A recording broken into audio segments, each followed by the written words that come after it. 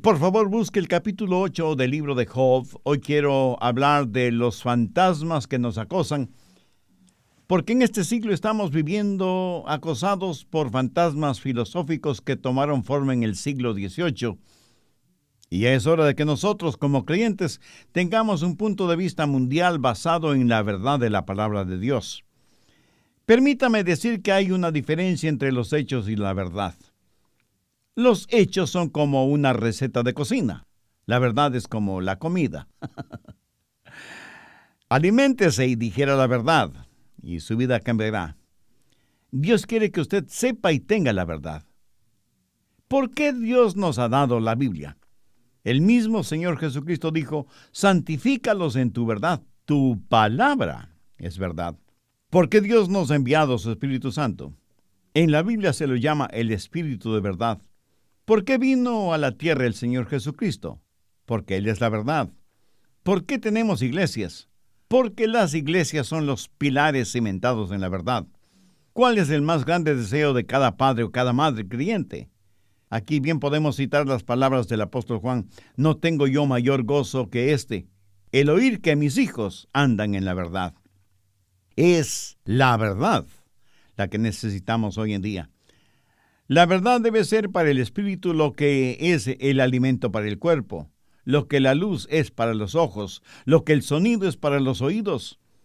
Solo tenemos una corta vida para vivir.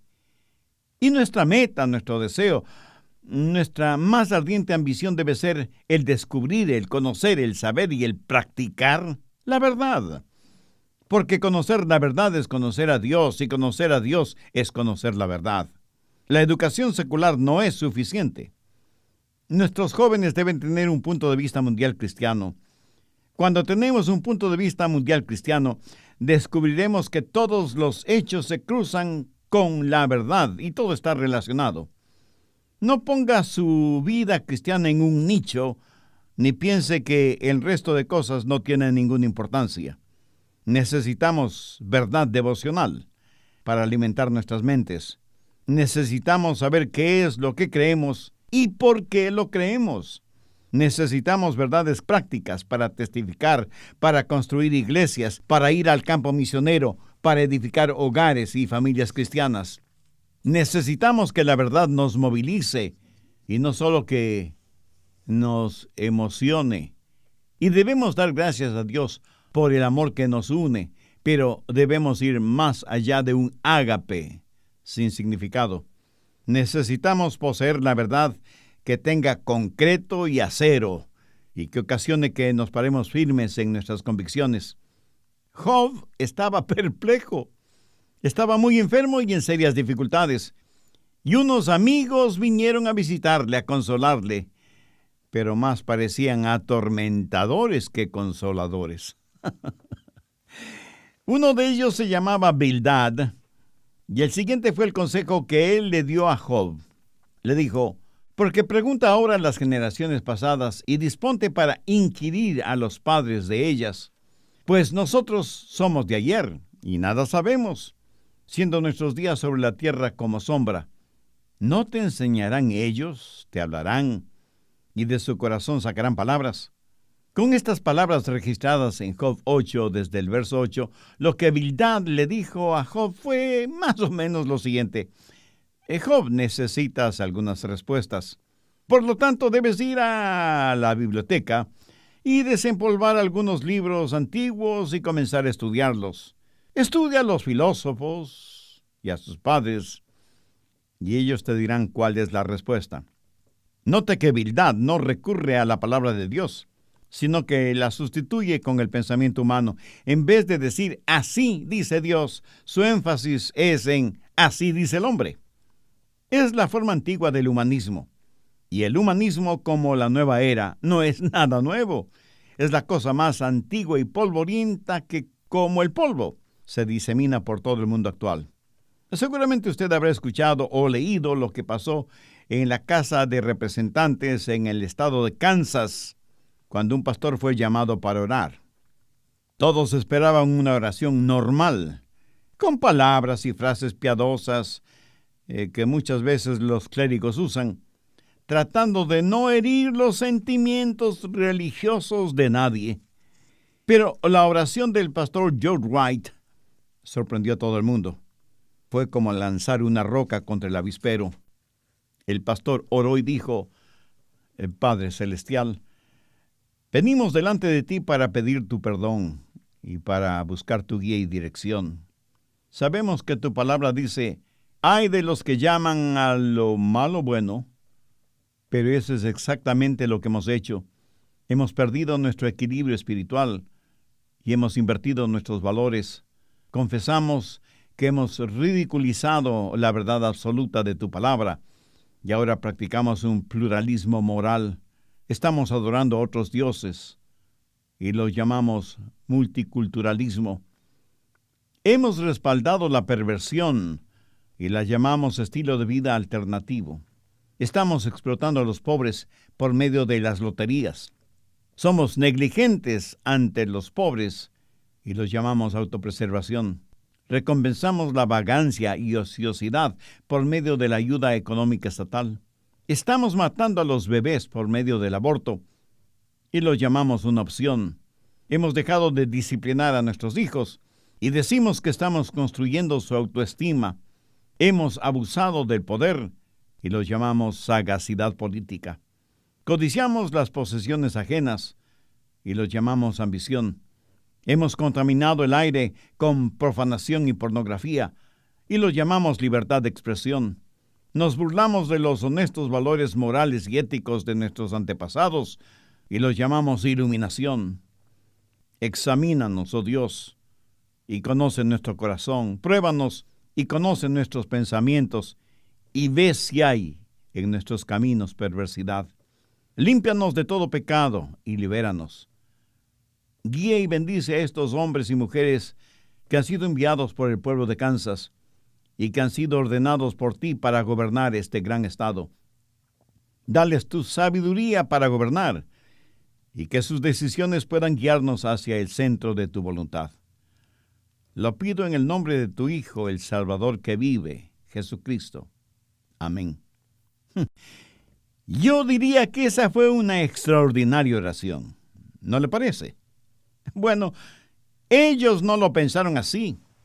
Esa oración les incomodó tanto que uno de ellos se sentó furioso, otro salió del recinto parlamentario y todos comenzaron a criticar y a murmurar. Y uno de ellos dijo: en 10 años no había escuchado una oración tan divisiva, tan mojigata, tan prepotente, tan autojustificativa como la de esta mañana.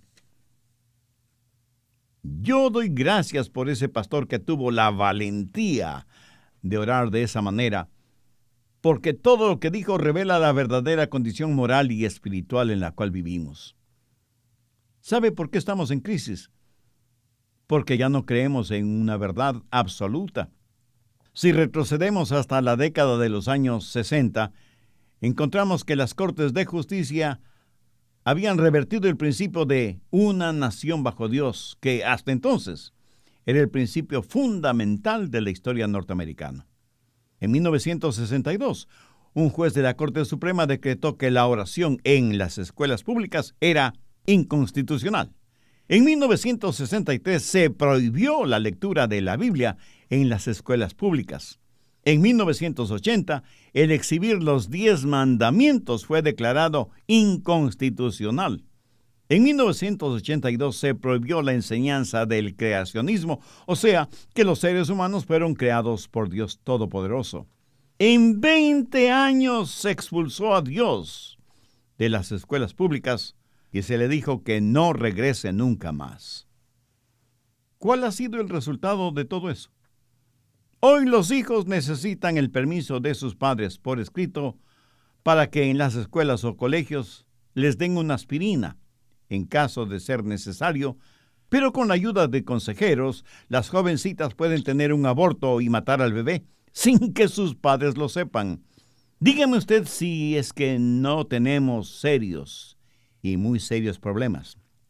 Dios ha sido sistemáticamente excluido de las escuelas públicas. En un estudio realizado por el Departamento de Educación Pública de los Estados Unidos, el doctor Paul Bitts, profesor de psicología de la Universidad de Nueva York, después de hacer una investigación de los textos escolares usados por millones de niños y niñas en el sistema educativo, dijo lo siguiente: los responsables por estos libros parece que tienen un profundo temor de cualquier forma activa de cristianismo contemporáneo, especialmente de un firme protestantismo. Este temor ha guiado a los autores a negar y reprimir la importancia de esta religión en la vida norteamericana. La naturaleza de este prejuicio es clara. Religión, valores familiares tradicionales y posiciones conservadoras, políticas y económicas han sido cuidadosamente excluidas de los textos escolares. Esto es particularmente inquietante porque se lo encuentra en un sistema que es pagado por todos los contribuyentes y que debe estar comprometido a un conocimiento objetivo, imparcial y certero. Estos textos escolares están escritos presentando una negación sistemática y consistente de la historia, la herencia, las creencias y los valores de un gran segmento de la población norteamericana. Ahora, esto no lo dijo ningún pastor o predicador, sino un profesor de psicología de la Universidad de Nueva York en un estudio patrocinado por el Departamento de Educación Pública. Como resultado, vemos la clarificación de valores en las escuelas. Vemos que en la educación sexual se promueve nuevos estilos de vida. Vemos la distribución de condones y pastillas y aparatos contraconceptivos. Vemos a consejeros ayudando a las jovencitas para que aborten sin que sus padres lo sepan. ¿Cómo sucedió todo esto? ¿Cómo es que hemos llegado a perder el punto de vista cristiano que alguna vez tuvimos? Bien, comencemos a ver los fantasmas del pasado que nos acosan. ¿Recuerdan lo que Bildad le dijo a Job? Lo resumo. Le dijo que debía consultar a los filósofos de la antigüedad. ¿Quiénes son los filósofos del pasado que han torcido nuestra manera de pensar hoy? Hubo 5 hombres en el siglo XVIII que básicamente modelaron lo que sucede en nuestro país hoy. Usted necesita saber esto, tanto como necesitan saberlo sus hijos y sus nietos. El primer hombre fue George Friedrich Hegel. Fue un filósofo alemán que vivió en el siglo XVIII. Hasta ese entonces, la gente había aceptado sin cuestionar los valores absolutos universales. Lo bueno era bueno, lo malo era malo. El asesinato, el adulterio, la violación eran cosas malas en cualquier lugar del mundo. Y si alguien pensaba que esas cosas no eran malas, se le veía como una aberración. El consenso general era que había un estándar de lo bueno y lo malo. Pero Hegel apareció en el escenario de la historia y rechazó la moral absoluta y comenzó a enseñar su teoría dialéctica. ¿Qué es eso? Hegel decía que la historia está formada por la tesis, las antítesis y la síntesis. La tesis es una idea, una proposición que la gente cree que es verdad, y defienden esa idea hasta que alguien viene con una idea contraria, o sea, una antítesis. Y se entabla una lucha entre la tesis y la antítesis hasta cuando las dos ceden un poco o la una gana sobre la otra, produciéndose una síntesis, que no es otra cosa que la tesis y la antítesis juntas y forman una nueva tesis. Y eso se transforma en el nuevo y aceptable modelo de la verdad. Hegel dijo que no había morales absolutos. No estuvo hablando de evolución biológica, sino de evolución filosófica y social. Dijo que la sociedad siempre está en acción, es siempre cambiante y que, por lo tanto, es imposible que haya un estándar fijo de lo bueno y de lo malo. Si en los colegios usted pregunta a los estudiantes, ¿cuántos de ustedes creen en una norma fija de lo bueno y lo malo?, se sorprenderá de las respuestas. ¿Sabe qué le contestarán? Lo que es bueno para usted no lo es para mí. Y esto usted lo escuchará en todos los niveles. Hegel dijo que las ideas vienen bajo la premisa de la sobrevivencia de los más fuertes. Las ideas más fuertes ganan. Por lo tanto, la historia evoluciona y no hay absolutos. Un profesor enseñando a sus estudiantes les dijo: nada de lo que ustedes puedan decir es absoluto. Y uno de los estudiantes, levantando su brazo, le preguntó: profesor, ¿está usted seguro de eso? Y él le respondió: absolutamente. Después de Hegel y durante el mismo siglo XVIII apareció otro filósofo alemán, Ludwig Feuerbach. Él también sostuvo que no hay absolutos, pero añadió algo más. Dijo que no había Dios, porque si hubiera Dios, entonces ese Dios tendría la verdad absoluta. Dijo que el hombre había creado la imagen de Dios y que el hombre no podía ser a la imagen de Dios, porque Dios es un invento de la imaginación del hombre. Voy a citar algo que Feuerbach pomposamente dijo. El cristianismo, de hecho, hace ya tiempo que se ha desvanecido, no solo de la razón, sino de la vida de los seres humanos. Y Dios no pasa de ser sino una simple idea. ¿Nos acosan los fantasmas del pasado? Absolutamente. ¿Qué cree usted? ¿Es Dios real o una simple idea humana? Si usted cree lo segundo y muere, se encontrará frente a un Dios real, listo a juzgarle, no a salvarle. Los evolucionistas dicen que billones y billones de años, más lo fortuito, dan como resultado que las ranas se conviertan en príncipes. En los jardines de infante y para los niños pequeñitos, eso se llama cuentos de hadas. En los laboratorios colegiales y universitarios se lo llama ciencia. Pero el hombre no puede crear nada. Todo lo que puede hacer es cambios. Puede tomar formas simples y hacerlas complejas, o viceversa, pero no puede crear nada. Así que lo que tenemos en Génesis 1:1 es un Dios que sencillamente está presente, un Dios que es soberanamente poderoso, un Dios que solo Él tiene el poder para crear. Al hablar de la evolución, me gustaría que los estudiantes preguntaran a sus profesores ¿dónde, cuándo y cómo apareció ese caldo primordial primitivo que dio comienzo al proceso evolutivo? Y si responden que eso vino de otro planeta, entonces, ¿de dónde vino ese otro planeta? Frente a esto solo hay dos alternativas: un universo autónomo o un Dios autónomo.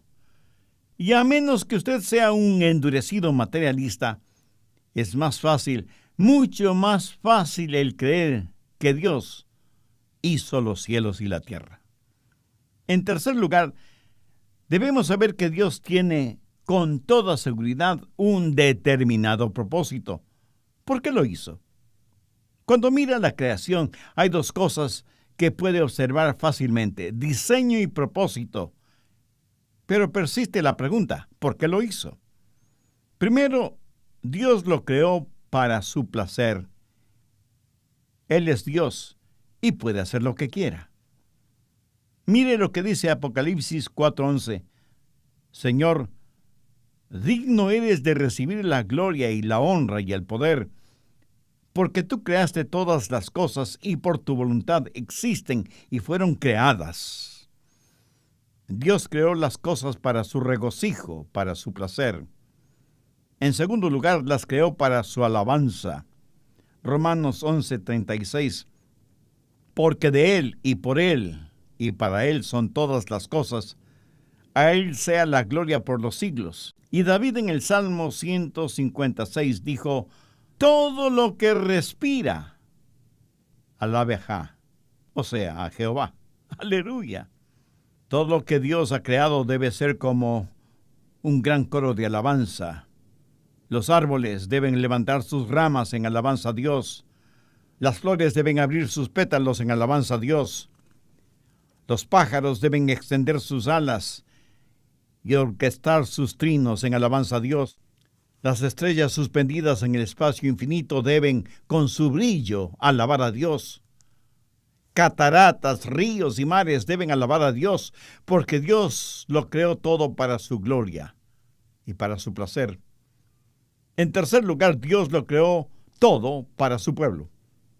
Para que usted y yo tengamos un lugar futuro para vivir, porque Dios iba a crear un pueblo y tenía necesidad de tener un lugar en donde ese pueblo pudiera vivir y trabajar y descansar.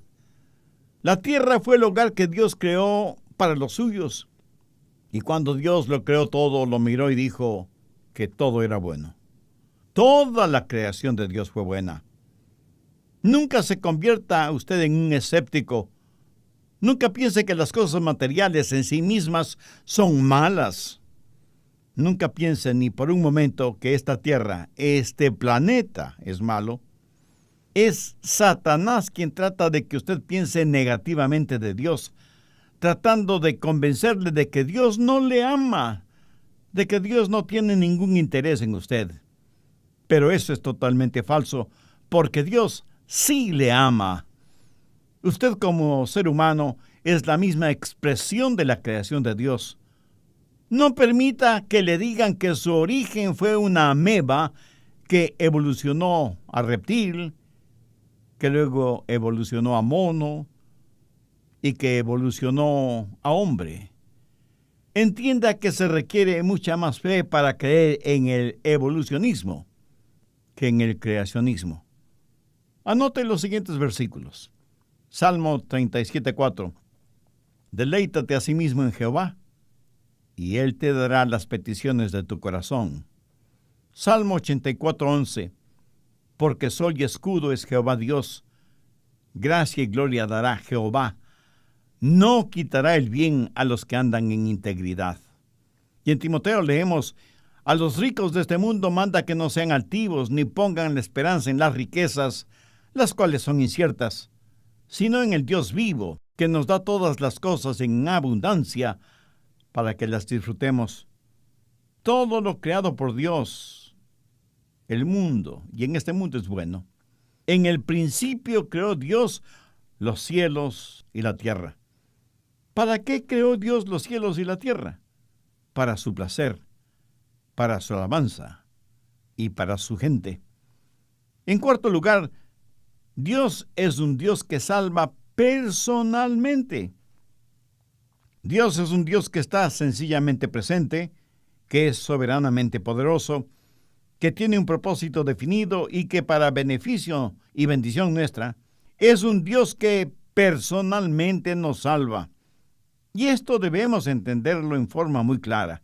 Dios en forma personal nos salva y lo hace porque nos ama. Está interesado en nosotros. Por eso es paciente para con nosotros.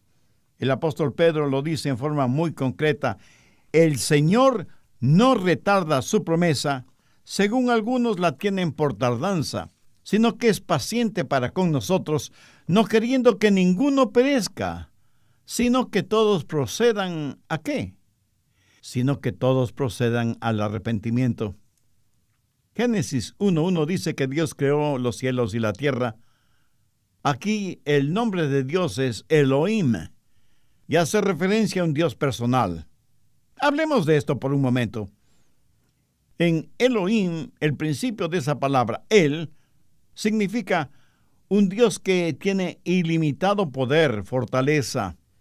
La segunda parte de esa palabra, Elohim, significa Alá, y se deriva de una palabra que quiere decir jurar o hacer un pacto. Juntamos los dos significados, fortaleza y pacto, y tenemos a un Dios que es todopoderoso y que siempre cumple con sus pactos, sus promesas. Siempre cumple con su palabra. Piénselo.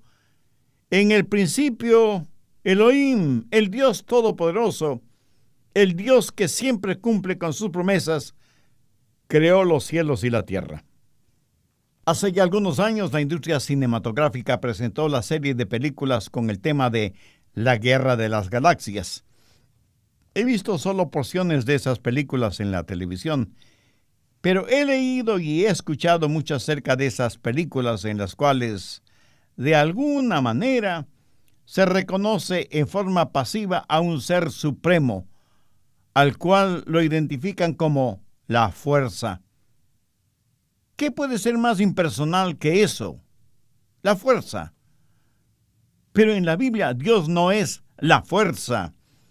Dios es una persona superinteligente que tiene emociones y voluntad. Y seguramente alguien me preguntará, pastor, ¿qué tiene que ver todo esto con lo que está diciendo con el punto de vista mundial cristiano? Excelente pregunta. Bien, permítame decir lo siguiente. Génesis 1:1 elimina cualquier otro punto de vista mundial, excepto el punto de vista mundial bíblico. Por ejemplo, para algunas personas el punto de vista mundial es el ateísmo, o sea, no hay Dios. Bueno, si usted cree en Génesis 1:1, no puede ser ateo. Otro punto de vista mundial es el politeísmo, que significa creer en muchos dioses. Si usted cree eso, no puede creer en Génesis 1:1. Otro punto de vista mundial es el fatalismo, que lo que tiene que suceder, pues sucederá, y nadie puede hacer nada al respecto. Otro punto de vista mundial es el panteísmo. Este punto de vista mundial proclama que Dios y el universo son la misma cosa. De paso, permítame informarle que el panteísmo es una religión hindú. Creen que Dios está en todas las cosas y que todas las cosas son Dios. Usted es Dios, yo soy Dios. Los animales, las rocas, los insectos, las flores, los árboles, ríos y montañas, en fin, todos son dioses. Esta forma de pensar es la base de la nueva era que proclama que todos somos dioses o que estamos en el proceso de convertirnos en dioses. Ahora todo esto está envuelto en el asunto de la reencarnación. Si usted cree en el panteísmo, esa no es una religión que le eleva, sino que le degrada. Porque si todo cuanto existe es Dios, entonces el polvo es Dios. Y Dios es el polvo. Por lo tanto, si usted es Dios, no es nada más que polvo. Génesis 1:1 elimina el ateísmo, el politeísmo, el fatalismo, el panteísmo y el materialismo. Ahora, el materialismo dice que el universo siempre ha existido. Ahora, eso es mucho más difícil de creer que lo que dice Génesis 1:1. En el principio creó Dios los cielos y la tierra. El materialismo ve a la materia como algo eterno. Pero nosotros tenemos un Dios que está presente, un Dios para quien nada es imposible y que siempre cumple con su palabra. Y es un Dios que personalmente nos salva. Esa palabra, Elohim, es un nombre plural.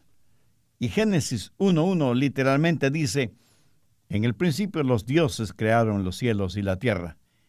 Y ya oigo de inmediato a alguien decir, entre asombrado y alarmado, un momento, pastor, un momento. Usted mismo muchas veces ha dicho que hay un solo Dios. ¿Cierto? Lo he dicho y lo seguiré diciendo porque es la verdad. Pero quiero que ponga atención a lo que dice Génesis 1:26. Entonces dijo Dios, hagamos al hombre a nuestra semejanza, a nuestra imagen. Un Dios que se presenta a sí mismo en tres personas, Dios el Padre, Dios el Hijo y Dios el Espíritu Santo. En el primer versículo de la Biblia tenemos la presencia de un Dios trino. Tenemos un Dios que sencillamente se presenta, debemos reconocerle.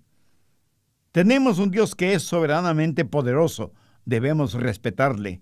Tenemos un Dios con un propósito seguro, debemos reverenciarle. Tenemos un Dios que personalmente salva, debemos recibirle. Todo esto está contenido aquí en Génesis 1:1. En el principio creó Dios los cielos y la tierra. Toda vez que Génesis 1:1 es fundamental, quiero compartir con usted dos pensamientos, dos verdades básicas para la vida. Primero, tenemos una solemne obligación hacia Dios, porque Él nos creó. Y la Biblia dice en Isaías 45:9, «Ay de el que pleitea con su hacedor».